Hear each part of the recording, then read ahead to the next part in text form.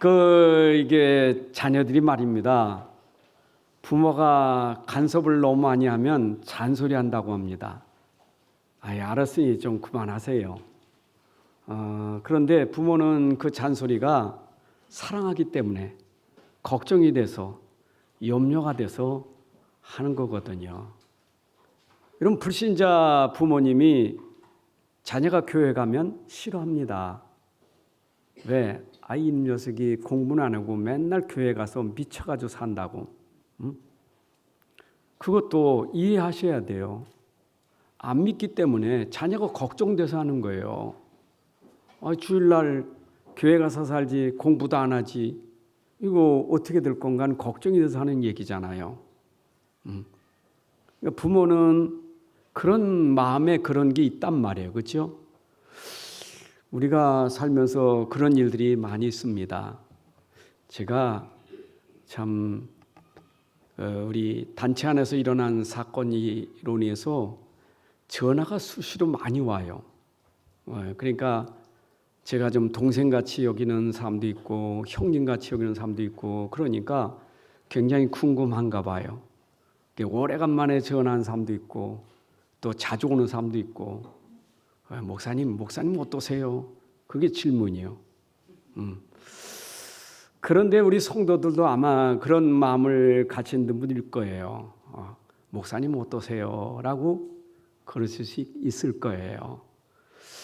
그래서 저는 이런 부분에 그 요한복음 21장 22절을 보니까 베드로가 이제 순교를 당할 거고 그때 요한이 그 만찬석 머리 기댔던 사람 아닙니까?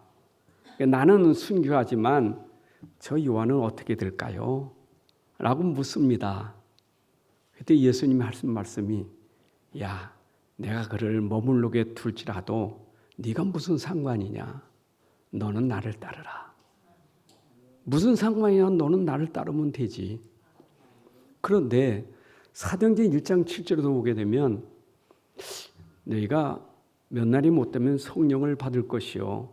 성령 받는 거 기다려봐. 그러면 이 이스라엘 예루살렘이 언제 회복됩니까? 그랬더니 그것도 네가 알 바 아니요. 오직 성령이 네게 임하면 너희가 권능받고 예루살렘 유대 사마리아 땅 끝까지 이르러 정의되리라. 그래서 제 마음에 알 바 아니요. 상관할 바 아니요. 나는 내가 할 일이 있고 내가 해야 될 사명이 있다. 너는 나를 따르라. 그래서 저는 나는 내가 해야 될 일이 있다.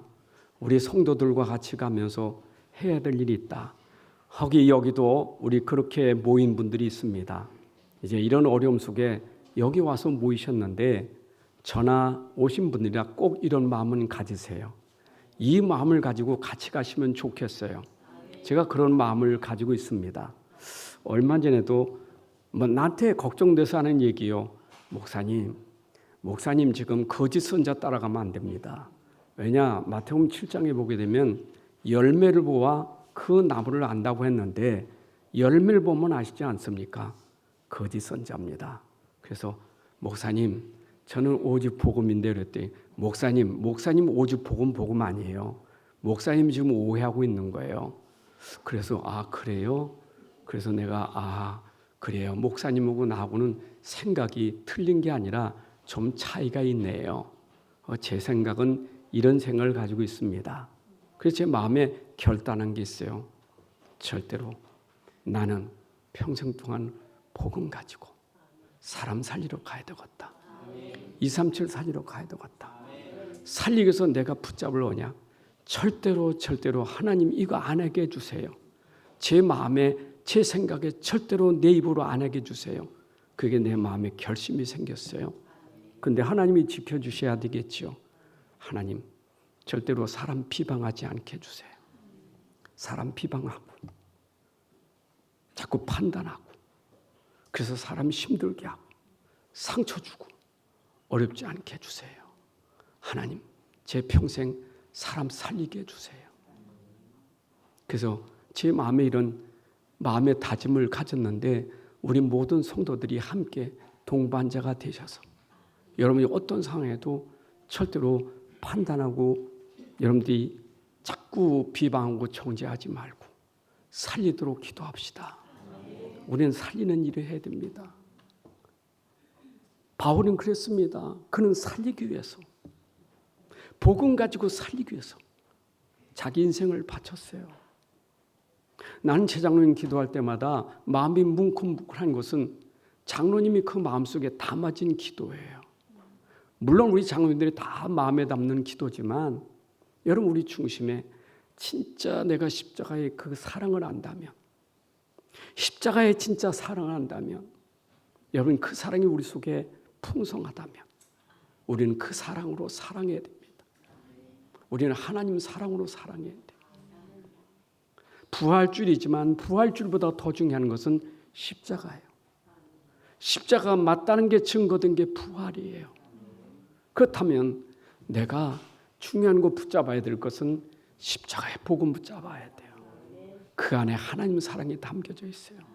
거기에 하나님의 큰 은혜가 담겨졌어요. 오직 우리는 그걸 가지고 가는 거예요. 여러분, 십자가를 알았다는 것은 그분이 고난의 길을 간 거 아닙니까? 저는 지난 주간에 계속 묵상하다 고난 주간에 묵상하면서 내가 그 성경의 요한복음 14장 6절 아닙니까? 내가 길이요 진리요 생명이니, 이 말이 길이요? 좀 두리뭉술했어요. 그런데 딱 깨닫는 순간 예수님이 길에서 나를 앞서가는 인도자요. 그럼 나는 그 길을 따라가는 게 바로 이게 길이로구나. 그럼 예수님이 가신 길은 뭡니까? 고난받고 핍박받고 조롱받았는데 그게 살리는 길이었었어요. 예수님은 죽으러 가시는 길이었었어요. 그럼 내가 그 길을 간다면 내가 어떻게 살아야 되겠어요? 어떻게 살아야 되겠냐고요. 여러분, 진짜 사람 살리기 위해서 내가 고난도 조롱도 핍박도 받는 것이 그게 당연한 거예요.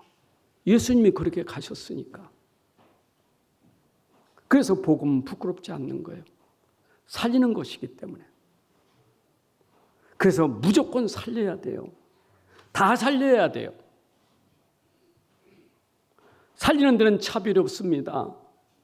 유대인이든 헬라인이든 이방인이든 할례자나 무할례자나 우리는 다 살려야 돼요. 살리는 게 하나님 뜻이에요. 우리 입술에 조금이라도 죽이는 말 하지 말고, 남을 정죄하고 비방하고 그런 일 하지 말고, 우리 입술이 살리는데 살려야 돼요. 살립시다. 저는 거듭났다는 것이 예수 그리스도를 믿음으로 거듭났어요. 인생이 바뀌어진 거예요. 여러분, 진짜 예수로 거듭나지 않았다면 내 인생이 어떻게 됐겠어요? 비참한 인생이에요. 그런데 그리스도로 말미암아 내 인생이 바뀌어졌다니까. 새 사람이 됐다니까. 옛사람이 아니라 새 사람이 됐다니까. 예수로 말미암아 이제는 새 사람이 됐으니 옛사람의 일은 벗어버리고 우리는 새 사람의 옷을 입고 살아야 돼요. 거듭났어요. 새 사람이에요. 우리는 다시 옛날 거 돌아가서는 안 돼요. 내가 진짜 복음 모르고 살 때 그게 옛사람의 일 아닙니까? 그렇다면 이제 내가 복음 가진 사람이니 새 사람의 삶이 돼야 되잖아요. 새 사람, 새 삶이 돼야 되잖아요.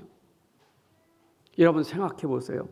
저는 이거 하나 깨닫는데도 제가 얼마나 완벽한 사람입니까? 여러분 지금 율법 따지는데 율법으로 따지면 저도 손 꼽는 사람이에요. 많이 들으셨죠? 하얀 목사. 얼마나 철저하게 살았으면. 율법으로만 하면 바울도 그랬어요. 율법으로만 말한다면 나도 자랑할 게 많아. 율법으로만 하면 나도 깨끗하고 바르게 살았어요. 진짜 부끄럽지 않게 살았어요. 깨끗하게 바르게 살았어요. 다른 사람들이 알았어요. 얼마나 깨끗하게 사는지. 순수한 사람이요. 너무 순수한 사람이요. 어디 가도 순수한 사람이요. 그런데 그게 나를 올무로 만들어버린 거예요.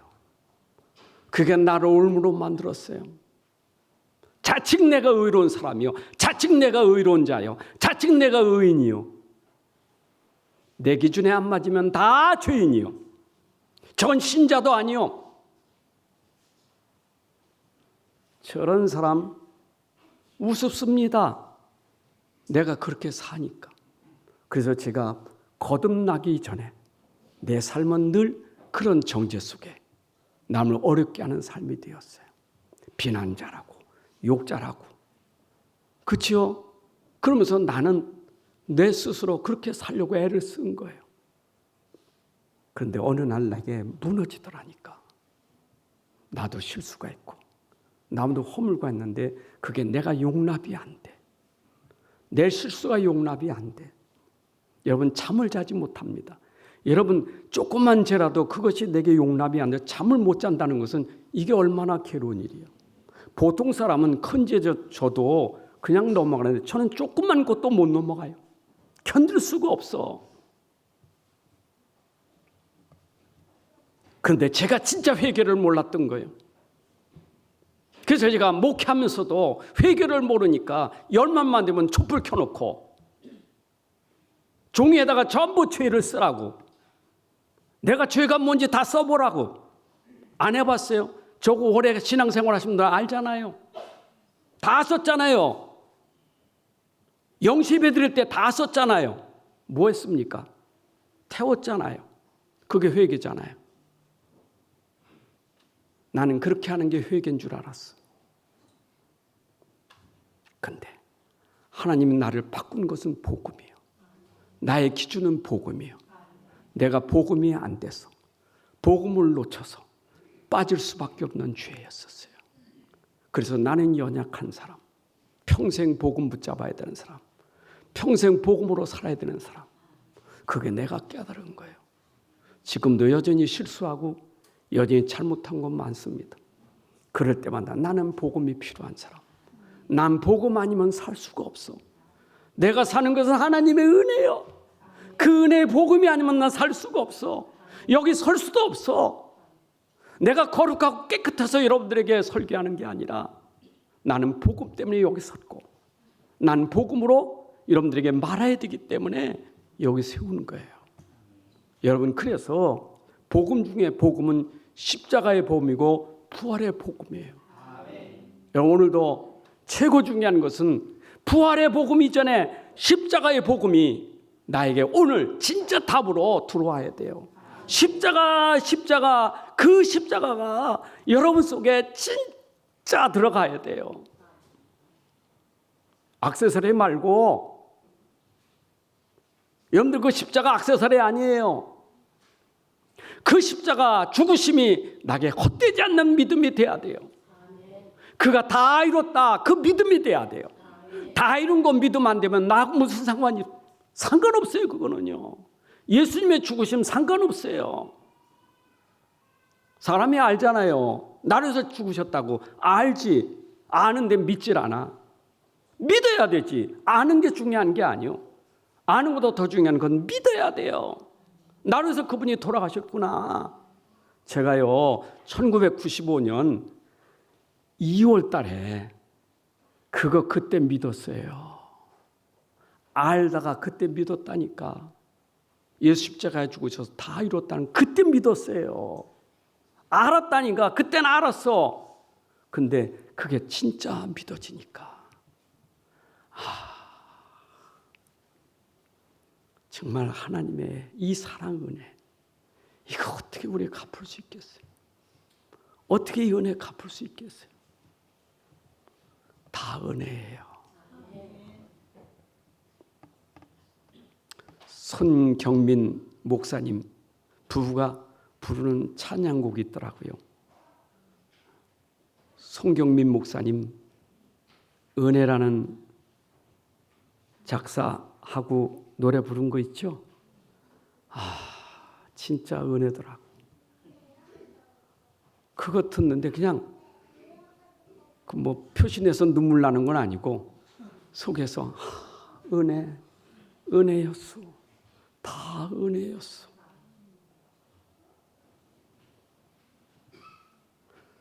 당연한 게 아무것도 없어. 다 은혜였지. 은혜 아닌 게 없어. 십자가에 은혜를 깨닫으니까 다 은혜라. 여러분도 우리는 은혜 속에 있는 줄로 믿습니다. 은혜가 힘입니다.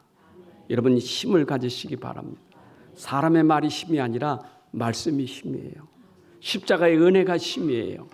십자가의 능력이 힘이에요. 바울은 그 능력이 힘이 되었어요.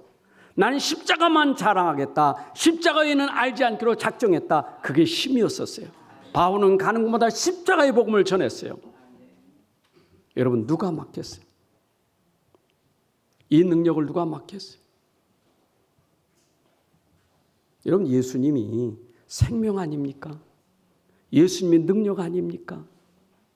그 능력이 생명이 어디서 나왔습니까? 십자가에서 나온 거예요. 십자가의 죽으심으로 나온 생명의 능력이요. 죽었다고 망하는 게 아니고 죽었다고 실패한 게 아니라 그의 죽으심이 생명이고 능력이요. 하나님의 밀이 땅에 떨어져 썩어짐으로 없어진 게 아니라 그게 생명이요. 그게 능력이에요. 여러분 봄날에 모든 만물들이 팔팔 올라오잖아요. 한겨울 엄동설안에 어땠습니까? 다 죽은 것 같았어. 다 죽은 것 같았어요. 제 집 화단에도 나무가 있는데 난 저 죽었는가 생각했더니 아니 죽은 게 아니요. 그 죽은 것에 거기서 싹이 나오는 거예요. 아, 죽은 것 같이 보였지만 그 안에 생명이 있었구나. 그래서 누가복음 10장, 마태복음 13장 31절에도 겨자씨 비유 얘기했잖아요. 여러분 겨자씨 가장 작지만 그 생명이 들어가니까 3m, 4m로 자라게 되고 새가 깃들고 사람들이 안식 휴식할 수 있는 자리가 되니 작은 거지만 생명은 능력이 있어요. 예수는 생명입니다. 예수는 생명입니다.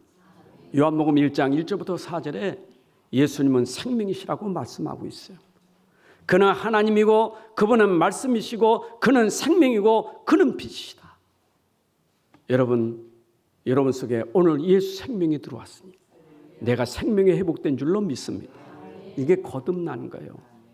요한일서 5장 11절 13절에 보니까 하나님의 아들이 없는 자는 생명이 없고 하나님의 아들인 자는 생명이 있느니라. 예수 그리스도가 여러분 속에 들어갈 때 그 생명이 여러분 속에 있는 거예요. 나는 내 생명으로 사는 게 아니에요. 이제는 예수 생명으로 사는 것이지. 이때까지는 예수 없이 육신 생명으로 살았잖아요. 육신 생명 유지하려고. 그래서 먹는 거 마시는 거 이게 육신 생명 유지하는 거예요. 그걸로 살았잖아요. 그 생명 지키려고. 안 먹으면 죽어. 안 마시면 죽어요.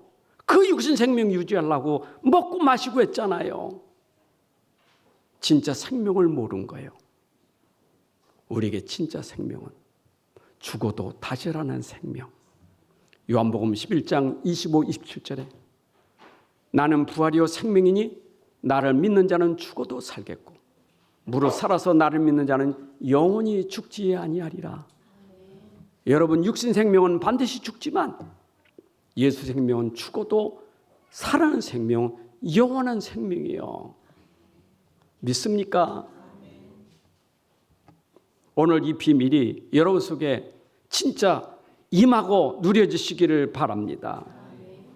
그래서 베드로가 주는 그리스도시고 살아계신 하나님의 아들이라고 고백했는데 그 고백이 얼마나 귀한 고백입니까? 바요나 시몬아 네가 복이 있다. 그런데 그때 예수님이 베드로에게 고백한 날 바로 이어서 얘기했어요. 제자들에게 경고하사 자기가 그리스도인 것을 아무에게도 이르지 말라. 아니 왜 말하지 말라? 그리스도를 왜 주는 그리스도였는데 말하지 말라는 거예요. 왜? 지금은 시간표가 말하지 않을 시간표예요. 왜냐? 마태복음 16장 21절에 보니까 이제는 예수가 그리스도라는 것이 증거가 나와야 되니까 그 그리스도의 일을 알아야 되니까 그래서 16장 21절에 이때로부터 예수 그리스도께서 자기가 예루살렘에 올라가 장로들과 대장들과 서기관들에게 많은 고난을 받고 죽임을 당하고 제3일에 살아날 것을 제자들에게 비로소 나타내시니, 여러분, 그래서 십자가의 죽으심으로 그가 과연 그리스도구나, 그 일이 증거된 줄로 믿습니다. 여러분, 내가 예수님이 그리스도라고 고백했다고 되는 게 아니라 그분이 하신 일을 알아야 돼요. 그게 십자가예요. 십자가에서 그분은 그리스도의 일을 하신 거예요. 그게 그의 삼중직이에요.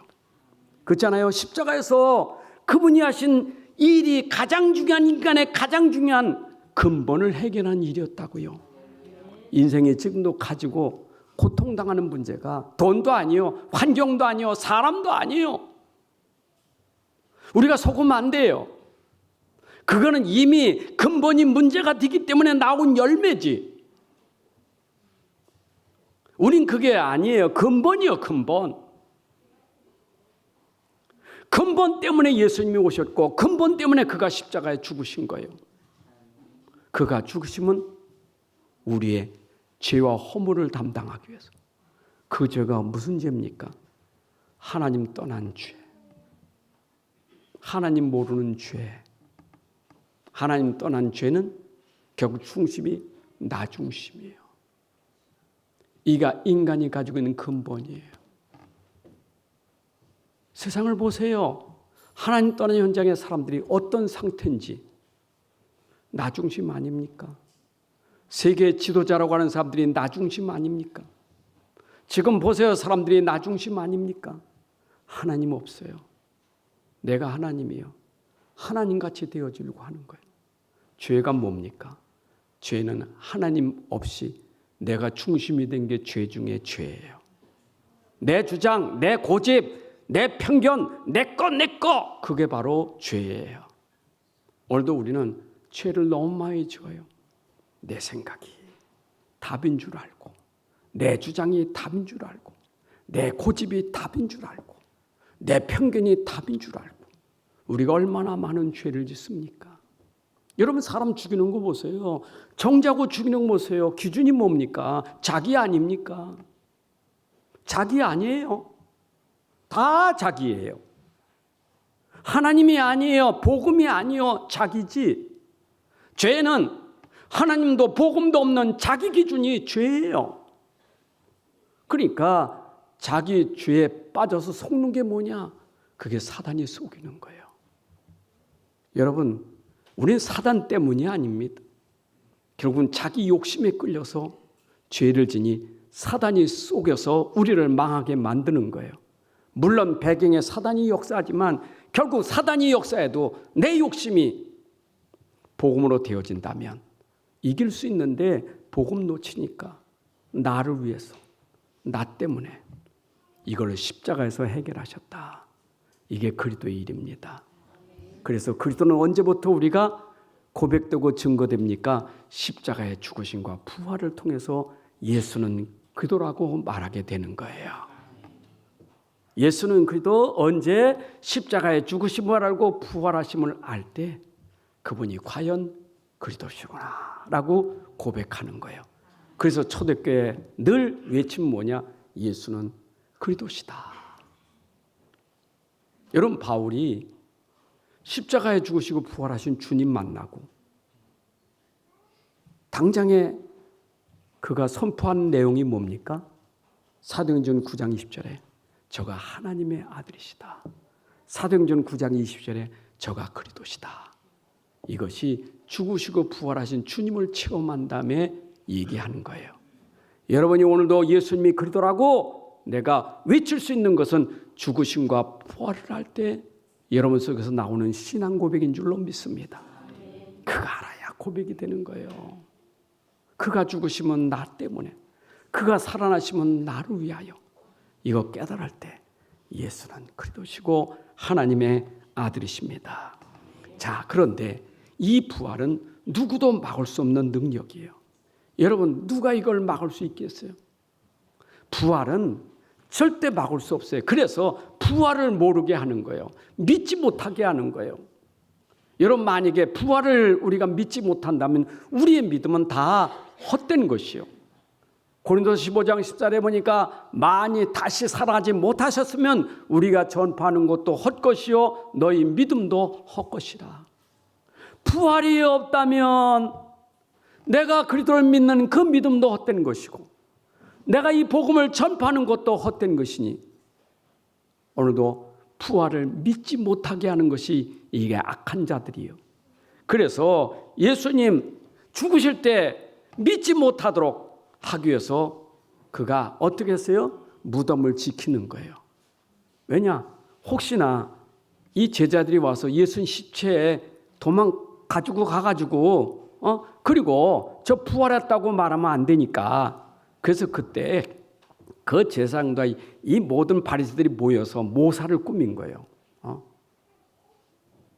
제자들이 훔쳐가지 못하도록 군대를 동원해서 지켜야 됩니다. 무덤을 지켜야 됩니다.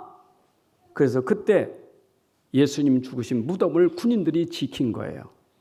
왜냐? 그가 살아났다고 하면 큰일 나는 거니까. 죽은 걸로 끝나야지 부활됐다면 큰일 나는 거니까. 그래서 그들이 무덤을 지키고 있었지만 여러분 지킬 수 있었습니까? 그렇게 군인들이 지켰어요. 여러분 근데 그 무덤이 그렇게 그때 예수님 무덤에 들어갈 때 아리마대 요셉의 부자거든요. 그 집에 무덤에 들어갈 때 여기에 여인들이 그 새벽에 와서 무덤만 쳐다보고 한숨이 생겼어. 누가 저 예수님한테 가서 이 향유를 바를 수 있어. 어떻게 바를까? 왜? 군인 지키지. 그리고 그 무덤의 돌문은 얼마나 무거운데 학자들의 말하면 1.5톤에 되는 돌문인데 누가 그 문을 옮겨줄 수 있겠어요? 거기다가 왕이 인봉까지 쳤어. 그 인봉을 인을 쳤는데 누가 그걸 뗄 수 있겠어요? 그런 상황입니다. 그런데 예수님의 부활은 돌문도 열려지고 인봉이 뜯어지고 군인들이 지킴이 헛되다는 그 능력으로 나타나게 된 거예요. 그러니까 예수님 부활한 다음에 유대인들이 이제는 겁나잖아요. 그래서 그들이 거짓말을 유포하게 된 겁니다. 부활한 게 아니다. 그는 기절한 거요. 그는 도둑질한 거요. 그는 환상을 본 거요. 라고 거짓말을 유포합니다. 언제나 옛날에 지금이나 거짓말은 늘 있는 거예요. 그 안티라 안티. 그 안티가 그게 바로 거짓말. 지금도 얼마나 SNS에 거짓말이 얼마나 가짜 유서가 얼마나 많습니까? 그러니까 예수님 당시에도 거짓말했다니. 그래서 그때 군인들에게 봤다는 군인들에게 돈을 주면서 못 봤다고 말해. 돈까지 뿌려가면서 못 봤다고 얘기하라고. 여러분 그러나 예수님의 빈 무덤은 예수님이 부활하셨다는 증거 아닙니까? 거기에 세마포가 있다는 말은 예수님이 죽으실 때 세마포로 몸을 쌌는데 시체는 없고 세마포는 있더라. 기절했다는 말은 그분이 살아있다는 증거 아니겠어요? 환상을 봤다는 것은 그는 봤다는 증거 아니겠어요? 도리어 그들이 거짓말했지만 더 확실하게 증거를 보이는 것이 빈 무덤이었고 세마포였고 그들이 말한 대로 뭐 기절설이니 도둑질했다느니 이것이 도리어 예수님의 부활을 확증하는 것이 되었다 그 말이에요. 여러분 예수님의 부활은 분명히 이렇게 무덤 빈 무덤을 통해서 확실하게 증거된 것을 믿으시기 바랍니다. 그런데 예수님의 부활은 성경대로 된 것이다. 여러분 예수님의 부활은 성경대로 된 것이요. 우리가 고린도서 15장 3절 5절 보게 되면 그는 성경대로 죽으시고 성경대로 살아나셨느니라. 말씀대로 그분이 죽으셨고 말씀대로 살아나셨다. 그런데 사실은 그것뿐만 아니라 예수님의 전생에는 말씀 성취의 생애예요. 예수님이 이 땅에 오실 때도 말씀대로 오신 거예요. 말씀대로 베들레헴에서 출생하셨어요.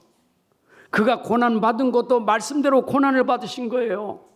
이사야 53장에 보게 되면 그가 고난받을 것을 이미 이사야 선지자가 예언한 대로 말씀대로 그가 십자가에서 고난받는 것도 예언이었다니까요. 그러니 그가 부활된 것도 하나님 말씀대로 부활된 거예요. 여러분, 하나님 말씀대로 되어진 줄로 믿습니다. 말씀대로 되어졌는데 하나 남은 게 있습니다. 하나 남은 게 있어요. 그 남은 게 뭐냐? 그 남은 거는 세계복음화 되어지고 주님이 재림하실 것이다. 이거 우리에게 남은 거예요. 근데 이거는 하나님의 약속의 말씀이에요. 말씀이기 때문에 이루어질 겁니다. 여러분, 예수님의 출생과 고난과 죽으심과 부활이 말씀대로 되어졌다면 그분이 약속한 대로 땅끝까지 모든 민족의 복음이 증거된 후에 주님이 오실 것이라는 말씀도 이루어질 거예요. 그렇잖아요. 마태복음 24장 14절 보게 되면 마지막 때 이런 일이 있을 것이다. 근데 그 일이 지금 진행되고 있잖아요. 마지막 때 일어난 일들. 근데 이것이 끝이 아니니라. 이 천국 복음이 모든 민족에게 증언되게 하여 온 세상에 전파되리니 그제야 끝이 오리라. 그럼 우리는 이제 어떻게 살아야 됩니까? 이루어질 말씀, 성취될 말씀을 따라가는 것이 우리의 삶이에요. 이미 이루어 주신 거 그건 믿고 그분이 다 이루어 주신 거 기록됐잖아요. 그럼 앞으로 우리에게 일어날 것, 나를 통하여 모든 민족의 복음이 증거되는 것, 그게 우리의 사명이에요. 저는 아침마다 기도할 때 늘 기도하는 게 있어요. 왜냐? 세계를 보고 국가를 봐도 기도 제목밖에 없어요. 온 세상이 시끄럽습니다. 전쟁이 끝나지 않아. 계속 전쟁이요. 속에 지진 기근 고통당하는 사람들이 얼마나 많습니까? 이 나라에도 어려움들이 많잖아요. 근데 우리는 자칫하면 그것 때문에 불안하고 그것 때문에 걱정이 되고 그게 우리에게 얼마나 걸림돌이 됩니까? 근데 하나님 말씀을 붙잡으니까 하나님 말씀엔 그렇게 되어지고 있다고 말씀도 하셨고 내가 할 일은 뭐예요? 천국 복음 전파하는 게 나의 일이에요. 전도하는 게 나의 일이에요. 하나님, 나는 세상이 이렇게 돌아가든 저렇게 돌아가든 오직 전도만 위해서 살겠습니다. 오직 선교를 위해서 살겠습니다. 그래서 제가 이번 선교에 대해 우리 선교사님들 오셨는데 우리 선교사님들이 현장에서 사역들이 여러분들을 다 영상으로 보지 않습니까? 저는 여러분들 어떤지 모르지만 저는 그 영상을 볼 때마다 소식을 들을 때마다 제 가슴이 뭉클뭉클해요. 얼마나 감사한지 몰라. 내가 갈 수 없는 그곳에 우리 선교사님이 가셔서 그 현장에서 복음 전해서 영혼들이 구원받는 것이 그게 우리가 함께 누리는 축복이라고요. 그게 우리가 받을 축복이에요. 그분들은 파송되신 분들이고 그 현장에 파송된 선교지만 보냄을 받은 우리들이 함께 누리는 거예요. 고린도서 3장에 있는 것처럼 심지만은 그것이 자라나고 물 주고 물 주고 심는 이는 다르지만 자라나게 하시는 이는 하나님이다. 우리가 하는 일은 분야가 다르지만 그것에 열매 맺는 것은 같이 동역해서 되어지는 일이에요. 우리 주님 오실 때까지 우리가 해야 될 전도 선교가 우리의 모든 삶인 줄로 믿습니다. 저는 그게 나의 삶의 가장 중요한 키예요. 내가 사는 이유. 왜 사나? 내가 왜 건강해야 돼? 내가 왜 돈이 있어야 돼? 내가 왜 능력이 있어야 돼? 한 가지 이유. 하나님은 나를 통해서 전도하고 선교되기를 원하시기 때문에 우리 현장에는 복음을 받아야 될 영혼들이 있기 때문에 오늘 부활주일 새벽 예배 여러분들 들으셨죠? 왜 우리가 복음을 현장에 전해야 됩니까? 현장 문제가 어떤 문제인지 여러분들에게 전달됐지요? 그 현장에 복음이 전달되지 않는다면 그 현장은 비참한 재앙을 맞이하게 되는 거예요. 하나님 우리를 부르셔서 그 재앙 막는 자로 그 현장 살리는 자로 우리를 부르신 줄로 믿습니다. 아버지, 여러분들 생각해 보세요.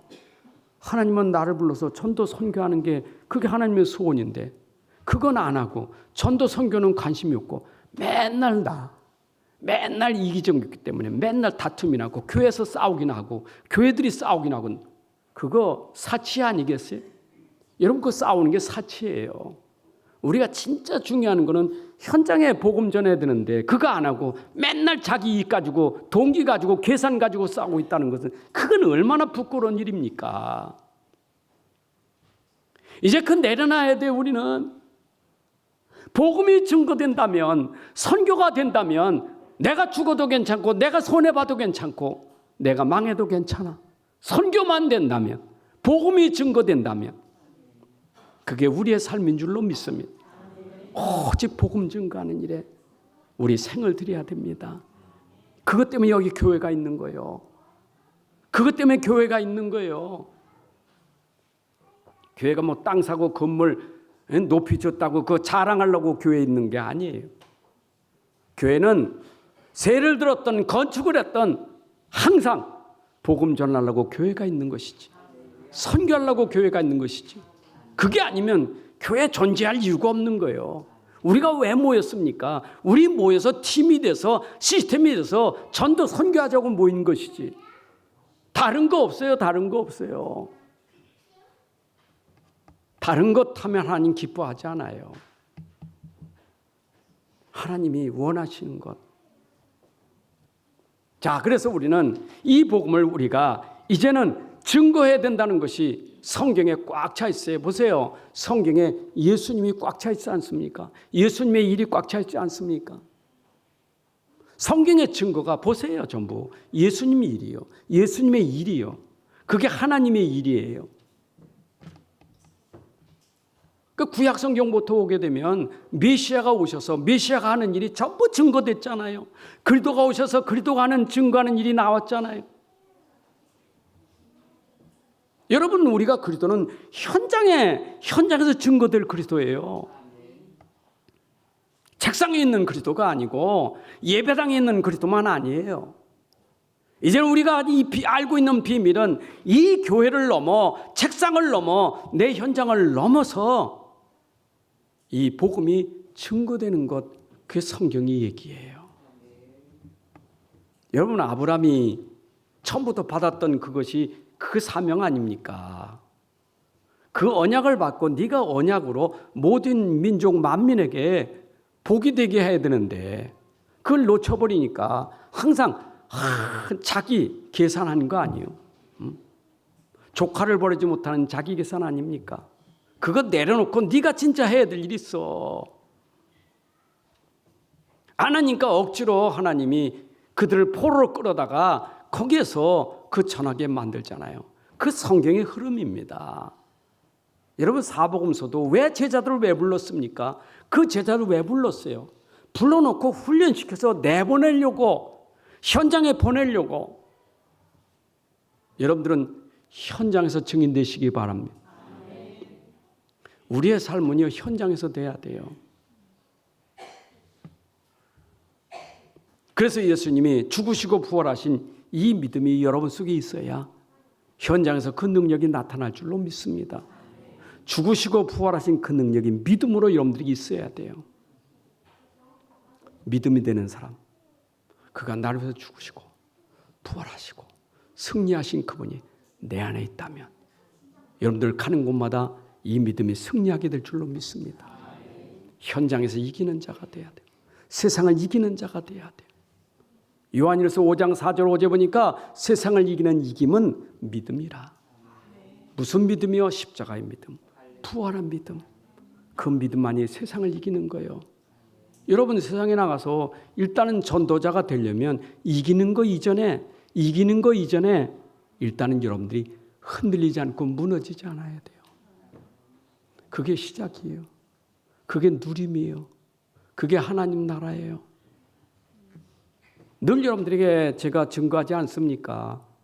무슨 능력과 기적이 그렇게 중요합니까?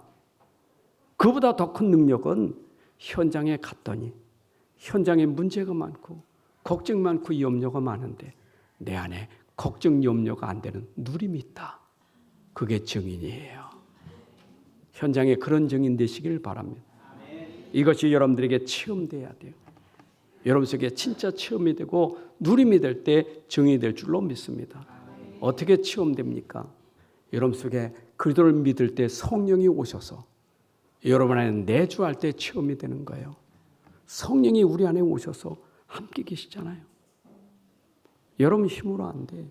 하나님의 힘으로 되는 것이지. 성령의 능력으로 되는 것이지. 내 안에 성령이 오셔서 임마누엘로 위도로 함께 하심을 믿습니다. 그래서 성령이 내 안에 오셨다는 것은 이미 여러분들에게 능력이 임한 거예요.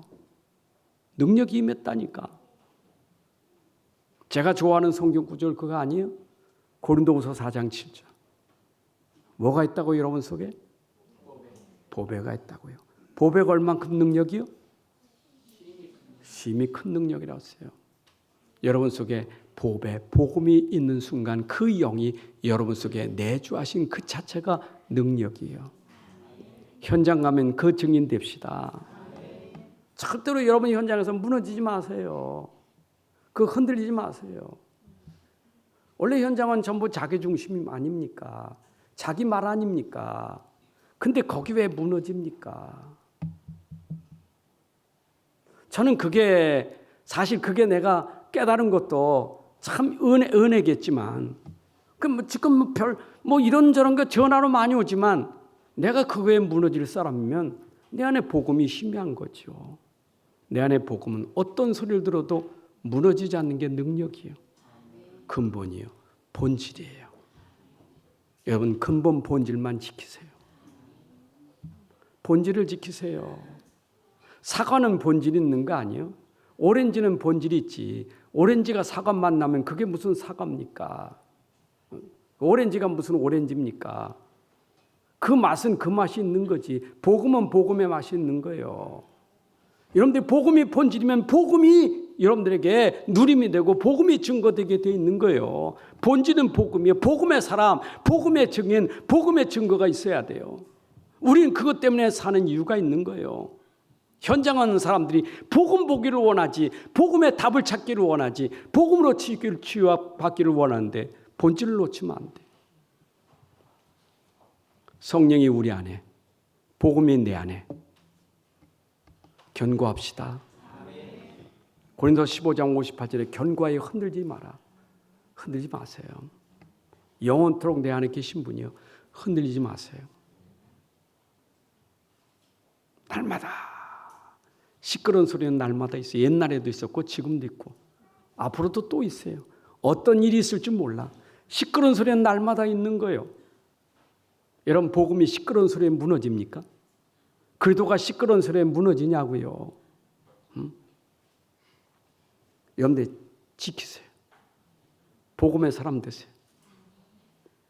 자, 기적은 안 나타나는 능력은 없어요. 무슨 이 역사는 없어요. 내 안의 능력으로 체험하세요. 저는 참 감사한 게 체질이 그 예민하기 때문에 뭔가 작은 것에도 굉장히 예민해서 내가 뭔가 좀 안 좋은 거 있으면 잠을 못 자요. 얼마나 공상을 하는지, 얼마나 잠을 못 잔다니까, 시달린다니까. 불면증 많았어요. 잠을 못 잤다니까. 왜냐? 계속 그거 걱정하냐고. 그 염려하냐고. 그리고 뭔 소리를 못 들어. 소리만 들으면 금방 내 상태가 완전히 쪼그라들어 버려. 나는 결혼 생활에서 얼마나 힘들었는 줄 알아요. 집사람하고 책을 회복된 것이지 진짜 힘들었어요. 난 근데 착각했지. 왜 저런 사람 만나가지고 내가 이렇게 힘들었나 말이야. 착각했다니까. 내 성격을 몰랐어. 내 상태를 몰랐다니까.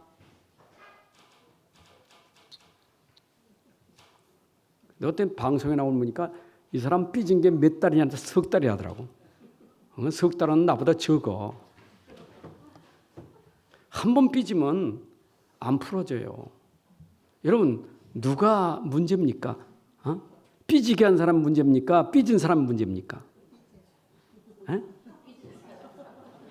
둘 다 문제지. 남 삐지게 만든 것도 문제지. 근데 나가보세요. 그런 게 얼마나 많은가. 나를 삐지게 하는 게 얼마나 많은가. 내 자존심 상해가고 내 감정 거드리니까 얼마나 만나기 싫고 보기도 싫고 꼴도 보기도 싫고 말하기도 싫고. 그래 안 그래요? 누가 잘못한 거예요? 나는 그게 착각했어요. 근데 내가 복음 누리니까 이게 내가 약함이로구나. 내가 복음을 누리지 못하는 이게 무능이로구나. 이걸 깨달은 거예요. 그래서 최근에 이제는 넉넉히 이깁니다. 나는 우리 집사람이 나에게 별명 붙인 것도 그렇지만 집사람이 자녀들하고 의논한다니까. 서로 쏘고 내 들려. 응. 네 아빠 지금 삐졌다. 들려. 들었는데도 그가 전혀 감각 없어. 끝까지. 근데 요즘엔 좀 증거를 봤습니다. 야, 네 아빠 달라졌다. 아빠가 많이 달라졌어. 나를 다르게 만든 것은 복음이에요. 근데 이 복음은 여러분과 함께하지 않습니까? 동행하지 않습니까? 복음은 여러분과 함께하는 거예요. 어디를 가든지. 요한복음 14장 26절, 15장 26절, 16장 13절에 보니까 보혜사 성령이 오셔서 너희와 함께. 여러분 오늘도 그리스도는 성령 오셔서 우리와 함께 하십니다. 세상 끝날까지 내가 너희와 항상 함께 있으리라. 함께라는 믿음이 되니까 그때부터는 걱정, 염려, 불안 없어요. 왜냐? 함께라는 믿음이 있으니까. 어딜 가든지 그분이 함께하니까 외롭지 않아요. 고독하지 않아요. 어떤 소리도 괜찮아요. 그분이 함께하시니까. 그래서 제가 출애굽기 14장에서 제일 좋아하는 성경 구절이 또 뭘 많이 해요? 내가 많이 얘기하는 거 이스라엘 백성들 두고 얘기하는 거. 홍해바다 얘기 많이 안 합니까? 여러분 홍해바다 보세요. 모세가 가만히 있어라. 하나님이 하시는 일을 보자. 모세는 하나님이 함께하는 걸 믿었어요. 오늘도 여러분과 함께 하시는 그리스도를 믿으시기 바랍니다. 함께 하십니다. 걱정하지 마세요. 원수 갚는 것은 우리가 하는 게 아니라 하나님 갚는 거예요. 하나님이 싸우시면 돼요. 위에서 싸우시는 분은 하나님이에요. 우리가 싸우려고 하지 말고 우리가 자꾸 뭘 갚으려고 하지 말고 하나님이 하시는 거니까 믿으면 돼요. 하나님이 함께 하신다. 아멘. 그러면 하나님이 그 다음에 어떻게 합니까? 능력으로 역사하시는 거예요. 그분은 내 안에서 역사하십니다. 역사하시게 돼 있어요. 그 역사가 하나님의 일이에요. 여러분들이 진짜 내 안에 그리스도를 누리는 하나님 나라. 그것이 어디를 가든지 어느 현장에 가든지 누릴 수 있는 여정. 그 속에 하나님이 능력으로 역사하시는 걸 보여주는 망대 플랫폼이 되는 거예요.